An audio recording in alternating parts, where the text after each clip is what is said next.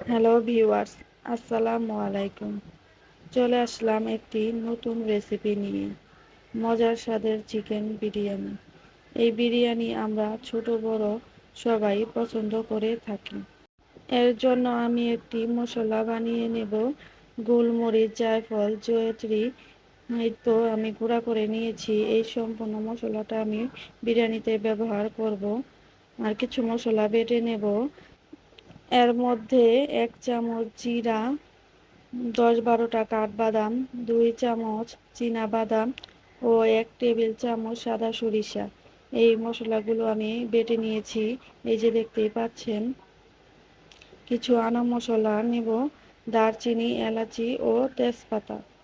আর 2 KG লাল শক্ত মুরগি নিয়ে নিয়েছি। এই মুরগিটায় অনেক তেল চর্বি থাকে, তাই একটু তেল কমিয়ে দিবেন। একটি বড় ডেকচিতে আমি মুরগিগুলো নিয়ে নিব। এর মধ্যে 1 কাপ পেঁয়াজ দিয়ে দিব, আর দারচিনি, এলাচি, তেজপাতাগুলো দিয়ে দিব। 3 টেবিল চামচ আদা রসুন বাটা দিয়ে দিলাম। 1 চামচ মরিচের গুঁড়া আর রেডি করে রাখা সেই গুঁড়া মশলা সম্পূর্ণটা দিয়ে দিব। যে মশলাগুলো বেটে রেখেছিলাম সেগুলো সম্পূর্ণ দিয়ে দিলাম।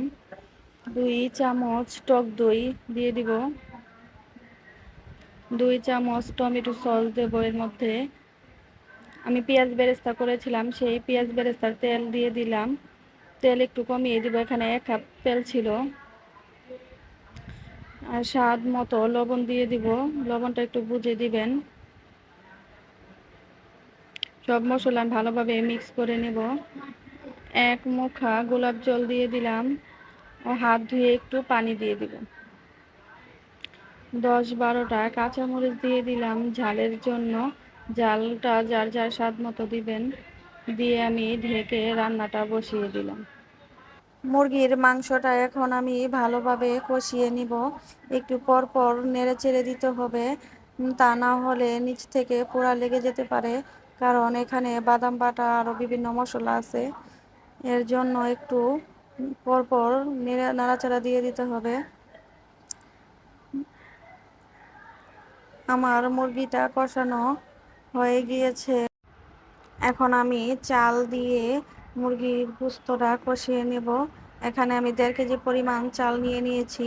2 কেজি গোস্তের জন্য 1.5 কেজি পরিমাণ চাল। চালের 1.5 গুণ পানি দিয়ে দিলাম। 1.5 কেজির 1.5 গুণ হয় 3 কেজি। এখানে পানি দিয়েছি। গুঁড়া দুধ দিয়ে দিলাম 3 চা চামচ। গুঁড়া দুধ দিলে বিরিয়ানির স্বাদটা ভালো আসে। এখন আমি দুধটা ভালোভাবে মিক্স করে নিচ্ছি। 10-12টা কাঁচামরিচ দিয়ে দিলাম ফ্লেভারের জন্য। এখন চালটা যখন চাল আর পানি গায়ে গায়ে চলে আসবে, যখন সেই অবস্থায় আমি ঢেকে দমে রেখে দেবো 10 মিনিট। এখন আমি 1 কাপ পেঁয়াজ বেরেস্তা দিয়ে দিলাম। 1 মুঠা গোলাপ জল দিয়ে দিব, এতে শাহি একটা ফ্লেভার আসবে, বাবুর্চিদের মতন। ও 2 টেবিল চামচ ঘি দিয়ে দিব। ঘিটা রান্নার শেষে দিলেই গ্রানটা ভালো আসে। এখন ঢেকে আমি দমে বসিয়ে দিয়েছি রান্নাটা। এই তো আমার বিরিয়ানি রান্না কমপ্লিট।